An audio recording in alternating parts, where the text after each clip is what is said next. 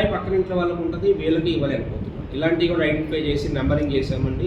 దయచేసి ప్రజలందరూ మున్సిపల్ వారికి సహకరించి వాటన్నిటిని కూడా ప్లాన్ ఆఫ్ రూల్స్ పెట్టడం, ఆ ప్లాన్ ఆఫ్ రూల్స్ కట్టవలసిన అమౌంట్ కట్టేసి దాన్ని ఇప్పుడు కూడా రెగ్యులరైజ్ చేసుకునే అవకాశం ఇచ్చాం మేము గౌరవ శాసనసభ్యుల వారి ఆదేశాల మేరకు. ఇప్పుడైనా సరే ఈ అవకాశాన్ని జనవరి లోపల వినియోగించుకొని అందరూ ప్లాన్స్ తీసుకొని డోర్ నెంబర్ తీసుకొని ట్యాక్స్లు కట్టవలసిందిగా కోరుతున్నాం. ఇంకోటి ఏమంటే అండర్ అసెస్డ్ అంటారండి, ఒక ఫ్లోర్కి మాత్రమే తీసుకుంటారు, 3 ఫ్లోర్లు కట్టేస్తారు. మీకు ట్యాక్స్ ఒక ఫ్లోరే వేసుకొని ఉంటారు. ఇప్పుడు కనుక మేము అది ఐడెంటిఫై చేస్తే దానికి 10 రెట్లు ఇస్తున్నామండి. మీరు ట్యాక్స్ కట్టాల్సిన 60,000 అయితే ఖచ్చితంగా 6 లక్షల రూపాయలు కట్టాలి. మళ్ళీ దాన్ని తగ్గించటము ఇంకొక వ్యక్తి కానీ ఒక కమిషనర్ కానీ ఎవరు కూడా దాన్ని తగ్గిస్తానికి ఉండదు. రింగ్ ఏరియా అనాథరైజ్డ్ అన్అసెస్డ్ వీళ్ళు కట్టారు అని కనుక మేము ఆ సర్వే నెంబరు ఇంటి ఓనర్ని మార్క్ చేసినట్లయితే 10 టైమ్స్ వాళ్ళకి పెనాల్టీతో వస్తుందండి. మళ్ళీ వచ్చి తగ్గించాలి అన్నా కూడా ప్రజలకు మేము సహాయం చేయలేని పరిస్థితుల్లో ఉంటాం. ఇలా 3 అండి. అనాథరైజ్డ్ లేఅవుట్స్లో ప్రజలు ఎట్టి పరిస్థితుల్లో కొనొద్దండి. 2, ఒకవేళ కొనిన స్థలాలు మీ రెగ్యులరైజ్ చేసుకున్న స్థలాలు ఏమైనా ఉన్నట్లయితే ఖచ్చితంగా ప్లాన్ తీసుకొని ఆథరైజ్డ్గా కట్టండి. మీకు ఏ లెవెల్లో ప్లాన్ కావాలంటే ఆ లెవెల్లో ఇవ్వడానికి మున్సిపల్ సిబ్బంది అలాగే మండల సిబ్బంది అందరూ ఎప్పుడు మీకు అందుబాటులో ఉంటారండి.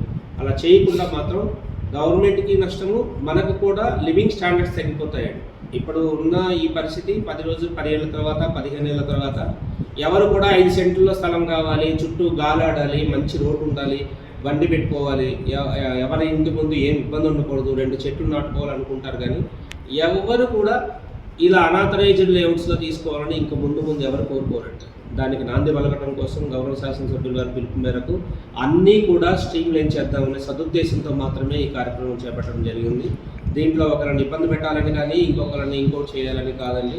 ప్రజలు నష్టపోకుండా ప్రజలు పెడుతున్న ప్రతి రూపాయికి జవాబుదారితనం ఉంటూ వాళ్ళు కొనుక్కున్న రూపాయికి వాళ్ళు సంతోషంగా ఉండటం కోసం అన్ని రూల్స్ని ఫ్రేమ్ చేసి దాని ప్రకారంగా వాళ్ళకి వెసులుబాటు కల్పించి ఇవన్నీ ఇవ్వడానికి నిర్ణయం తీసుకున్నామండి. ఇవన్నీ కూడా ఇప్పుడు కొన్ని అనాథరైజ్డ్ లేఅవుట్స్ అన్నింటిని కూడా మేము వెరిఫై చేస్తున్నాము. వీటిలో కొన్ని వాగుపోరంలోకులు అలాగే శ్మశానాలు పక్కన ఉన్నవి, గవర్నమెంట్ స్థలాల పక్కన ఉన్నవి, హైవేల పక్కన ఉన్నవి ఉన్నాయి. వీటిలో ఏమైనా ఉన్నాయి అని అయితే మేము ఇంతవరకు నిర్ధారణగా చెప్పలేదు. కానీ ఏమైనా ఉన్నట్లయితే ఆ డాక్యుమెంట్స్ అన్ని క్యాన్సిల్ చేస్తాము. అలాగే దానికి సంబంధించినట్లుగా గవర్నమెంట్ వారు అప్రోప్రియేట్గా యాక్ట్ చేస్తారు. ఒకవేళ ఎవరికైనా ఈ విషయంలో ఇబ్బంది ఉండి ఈ సర్వే నెంబర్లో మేము కొన్నాము, ఈ సర్వే నెంబర్లో గవర్నమెంట్ మా పక్కన ఉంది, ఇది గవర్నమెంట్లోకి వస్తుందా అని కనుక ప్రజలు ఎవరికైనా అనుమానం ఉన్నట్లయితే ఖచ్చితంగా మీ డాక్యుమెంట్ని తీసుకొచ్చి మా దగ్గర టౌన్ ప్లానింగ్లో ఒక సెల్ ఏర్పాటు చేశామండి. అక్కడ ఒక మేడం ఉంటారు, చంద్రమ్మ గారు అని. ఆవిడ కనుక ఇచ్చినట్లయితే రిజిస్టర్లో మీ డాక్యుమెంట్ నెంబర్ తీసుకొని అవంతా వెరిఫై చేస్తారు. అది గవర్నమెంట్ సైట్ కాదు అని కూడా మేము సర్టిఫికేట్ ఇవ్వగలం. ఒకవేళ గవర్నమెంట్ సైట్ అయితే దానికి తగినట్టుగా చర్యలు. ప్రజలందరికీ మరీ విన్నపం చేస్తున్నదేనండి, మనం పెట్టే పెట్టుబడిని ఎట్టి పరిస్థితుల్లోనూ నష్టపోకుండా, ఎట్టి పరిస్థితుల్లోనూ గవర్నమెంట్కి నష్టం లేకుండా మీరందరూ మలుచుకుంటారని, మీరందరూ మాతో సహకరిస్తారని మరీ కోరుకుంటున్నాం. సార్, ఎన్ని అనాథరైజ్డ్ లేఅవుట్స్ ఏమన్నా మనం ఇప్పటివరకు ఐడెంటిఫై చేసి ఉన్నాయా? ఎన్ని లొకేషన్లలో ఉన్నాయి? ఎంత ఎక్స్టెంట్ ఉంది? 58 ఎకరాలలో 28 అనాథరైజ్డ్ లేఅవుట్స్ని ఊరికి 4 వైపులా ఐడెంటిఫై చేశామండి. ఆ లిస్టులు అన్నీ కూడా మా దగ్గర ఉన్నాయి, అవన్నీ వెరిఫై చేస్తున్నాము.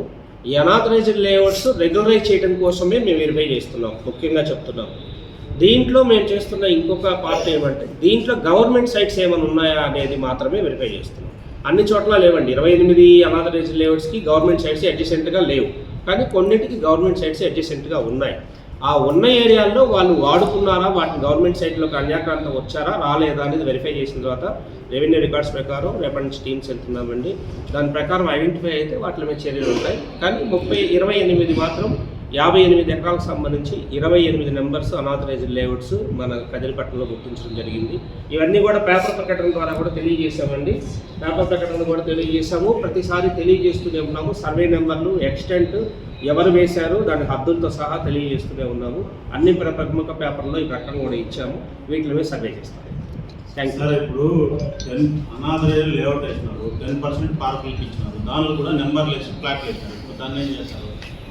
ఇప్పుడు అలాంటి అనాథరైజ్డ్ లేఅవుట్స్ అంటేనే వాళ్ళు వదలరండి. ఎందుకంటే ఫలానా దగ్గర మనం డిమార్కేట్ చేసి మున్సిపాలిటీ వాళ్ళకి 10 సెంట్లు రిజిస్టర్ చేశాము అని కనుక ఉండుంటే, మున్సిపాలిటీ రిజిస్టర్ చేశారు అంటే అది గవర్నమెంట్ స్థలం.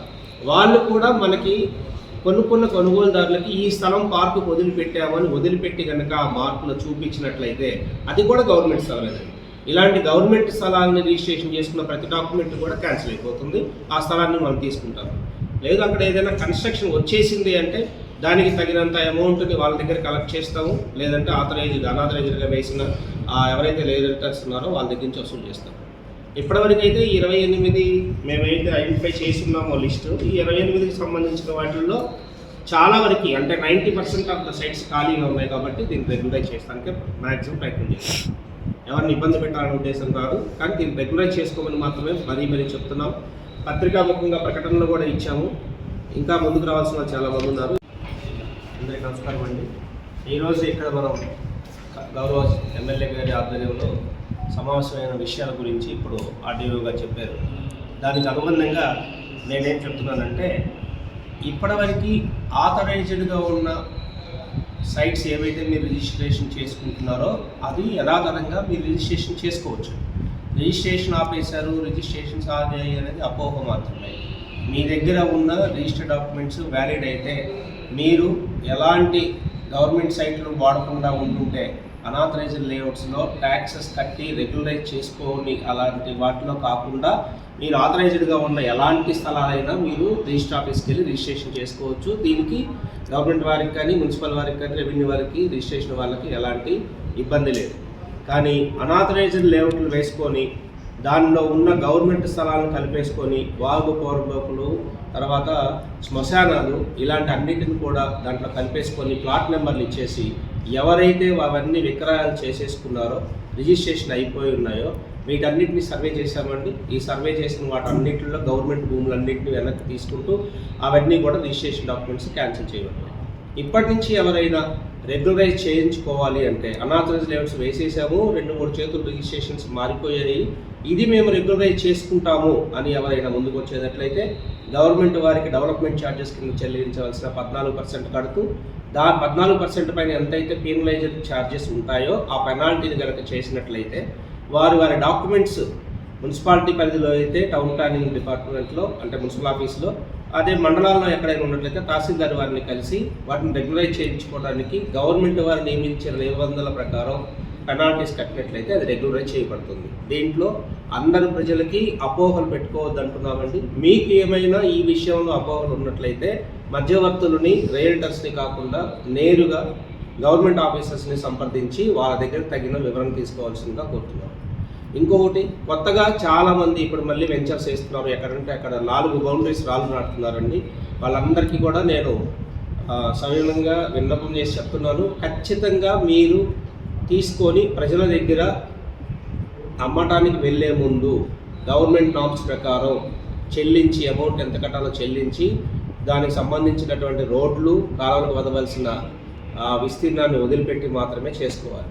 ఇప్పుడు ఎలా అవుతుందంటే అండి, ఉదాహరణకి మన కదిరిలో అవుట్స్కట్స్లో వేసిన చాలా కాలనీలు అండి 20 సంవత్సరాలు 15 సంవత్సరాల క్రితం ఎవరు పడితే వాళ్ళు వేసేశారు. అక్కడికి మనకి ఇప్పుడున్న సమస్య ఏమంటే అన్ని ఇల్లులు పెరిగిపోయినాయి, రోడ్లు లేవు, కాలువలు లేవు, నీళ్లు లేవు, కరెంట్ లేదు అనేది ఇప్పుడు మనకున్న సమస్య. నేను రోడ్డు వేయడానికి గౌరవ ఎమ్మెల్యే గారు ఆర్డర్స్ ఇచ్చి అన్ని ఎస్టిమేషన్ స్టడీ చేయమంటే మేము 68 కోట్లకు రెడీ చేశాము. కానీ ఎక్కడా కూడా ఒక్క దగ్గర కూడా 30 అడుగులు, ఎన్ని దగ్గర 30 అడుగులు లేదు, 18 అడుగులే ఉంటుంది. పేపర్లో 30 అడుగులు చూపిస్తారు, 18 అడుగులే ఉంటుంది. ఒకళ్ళు 3 అడుగులు ముందుకు వస్తారు, ఒకళ్ళు 4 అడుగులు వెనక్కి వెళ్తారు. కాలువ కట్టాలి అన్నా కూడా అది ఓవర్ స్ట్రెచ్ కట్టాలి. అలా కాకుండా వంకల రెక్కలు ఉంటే మనకు తెలిసిన విషయమే, కాలువలు ఉండవు. అలాగే నీటి వసతి కల్పించాలి అంటే కూడా ఒక ఇంటి ముందు నుంచి ఒక ఇంటి కింద నుంచి వెళ్ళే పరిస్థితి ఉంది. అందుకోసమే మనం చాలా చోట్లకి వెళ్తుంటామండి. ఇప్పుడు ఇండోర్ వెళ్తే అద్భుతంగా ఉంది అంటాం, అవుట్స్కట్స్కి వెళ్తే అద్భుతంగా ఉంది, పలానా కాలనీ అద్భుతంగా ఉంది అంటాం.